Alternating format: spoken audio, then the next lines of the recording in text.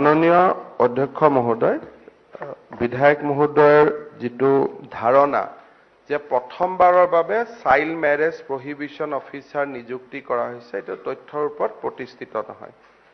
অসমত CDPO সকলক এটা সময়ত চাইল্ড ম্যাৰেজ প্ৰহিবিশন অফিচাৰ নিযুক্তি কৰি থোৱা হৈছিল।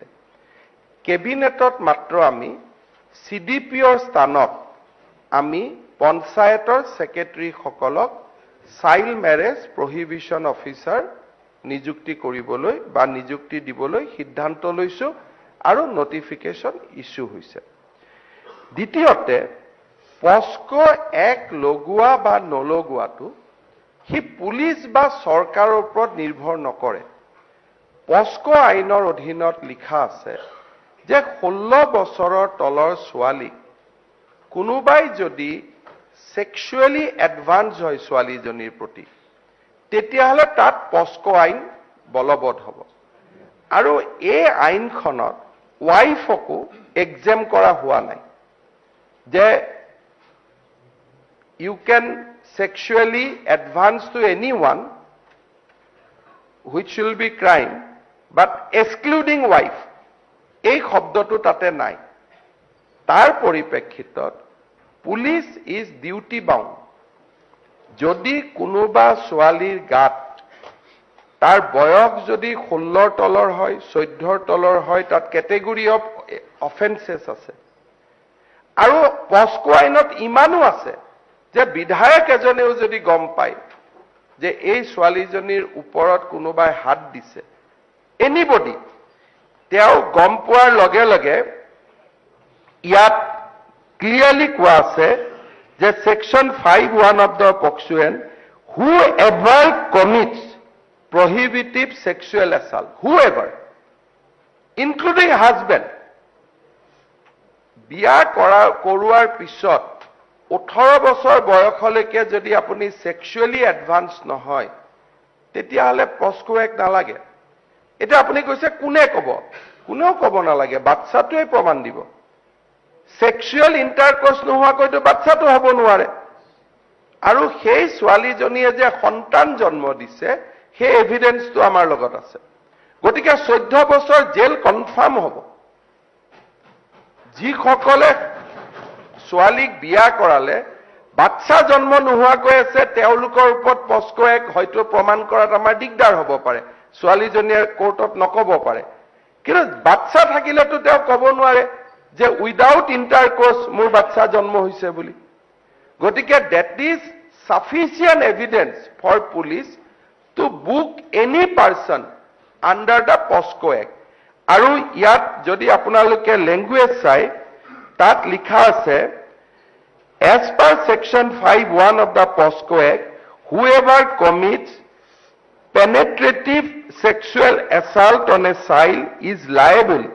Even husband is liable. No protection is given to the husband. Section 5 anot likha ase any relative of a child taku include kori thua hoise. Aru jikono khetrote ছোৱালীজনীক পস্কো একটে কয় যে ছোৱালী এজনীৰ ওপৰত কোনোবাই যদি হাত দিয়ে, ইট যৌন from sexual point of view, it should be considered as a rape. হাজবেণ্ডৰ ইয়াত কোনো ৰেহাই নাই। সেইকাৰণে সৰু ছোৱালীক বিয়া কৰোৱা আৰু বিয়া কৰাই যৌন সম্পৰ্ক স্থাপন কৰা, it is a crime under the POCSO act.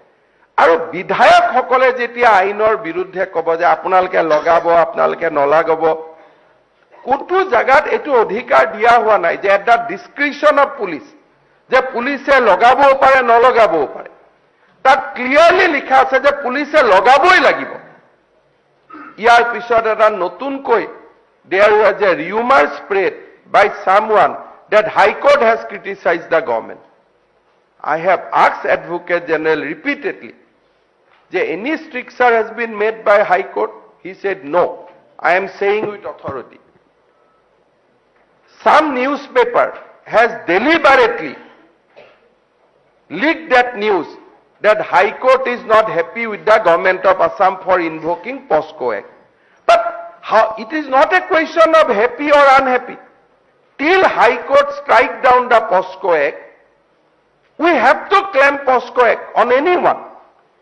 High Court has যদি বেয়া পাইছে, they can strike down the act. But as long as the act is in statute, the police has to act according to the provision of the act. তাততো কোনো option দিয়া নাই। গতিকে এই কাৰণে আজিও আমি এৰেষ্ট কৰা ব্যক্তিসকলে বহুতেই জামিন পোৱা নাই, বেইল বহুত লিমিটেড হৈ আছে, আৰু মইতো বিশ্বাস কৰোঁ যে 90% অফ দ্য কেছত কনভিকশ্যন হ'ব। য'ত বাচ্চা হৈছে, য'ত বাচ্চা হোৱা নাই, অফক'ৰ্ছ তাতে টিল the family member of the child admit, তেতিয়ালৈকে দিগদাৰ হ'ব। কিন্তু বাচ্চা হোৱা কেছবিলাকতো ৰেহাই নাপাব বুলিয়ে মই ধাৰণা কৰোঁ। পস্কো এক্টত ৰুল বনোৱাৰ কোনো প্ৰভিজন নাই। পস্কো এক্টত আমিতো কনভিকশ্যনে লৈ আছো, প্ৰত্যেক বছৰে 200, 300, প্ৰত্যেক বছৰে ই কনভিকশ্যন হৈ আছে। মই মাননীয় বিধায়ক ৰমেন্দ্ৰ নাৰায়ণ কলিতাৰ প্ৰশ্নৰ উত্তৰত দিছো যে পক্সো এক্টত আমি কনভিকশ্যন পাইছো, আৰু পস্কো এক্টত আজিলৈকে আমি চাৰ্জশ্বিট কৰিছো, কনভিকশ্যন হৈছে। It is a ongoing process. গতিকে anybody child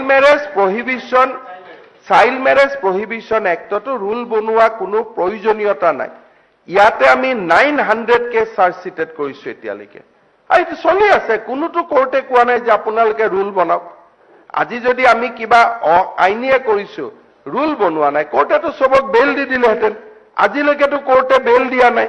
so' we have এক্টেড as per ল। দ্বিতীয় কথা যে চমক সৃষ্টি কৰাই হওক, চমক সৃষ্টি নকৰাই হওক, 2026 চনৰ ভিতৰত অসমত চাইল্ড মেৰেজ বন্ধ হৈ যাব, আৰু অত্যন্ত কঠোৰৰ পৰা কঠোৰ ব্যৱস্থা এই গভৰ্ণমেণ্টে গ্ৰহণ কৰিব। এভৰি 2-3 মাহত আমি মানুহ এৰেষ্ট কৰি থাকিম, আৰু আমি 200 কোটি টকা বাজেটত দিছো যাতে স্পেচিয়েল এডভোকেট লগাব পাৰি।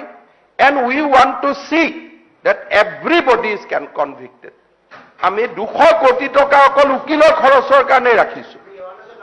আমি এৱাৰনেছো থাকিলে, হেল্পলাইনো থাকিলে, এটা কণ্টিনিউৱাছ হেল্পলাইন হ'ব।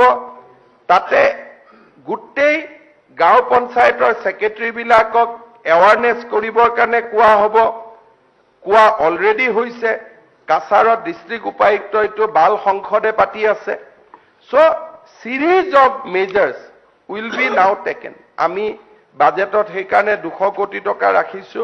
প্ৰত্যেকটো কেছৰ এগেইনষ্টত আমি স্পেচিয়েল এডভোকেট দিম যাতে কনভিকশ্যন হয়, আৰু আমি কনভিকশ্যনৰ কাৰণে আমি কাম কৰিম। দ্বিতীয়তে আমি এটা হেল্পলাইন দিম, কাৰণ যেতিয়া স্কুলত ছোৱালীজনী আহি থাকে, 2 দিন পিছত ছোৱালীজনী নাহা হয়, লগত বেঞ্চত বহা ছোৱালীজনীয়ে গম পায় যে এই ছোৱালীজনীক বাপেক মাকে জোৰ কৰি বিয়া দিলে। তাইৰো মনত ভয় আৰম্ভ হয়। এতিয়া তাই এটলিষ্ট এটা অপশ্যন পাব যে মনে মনে আমাক ফোন কৰি জনাব পাৰিব।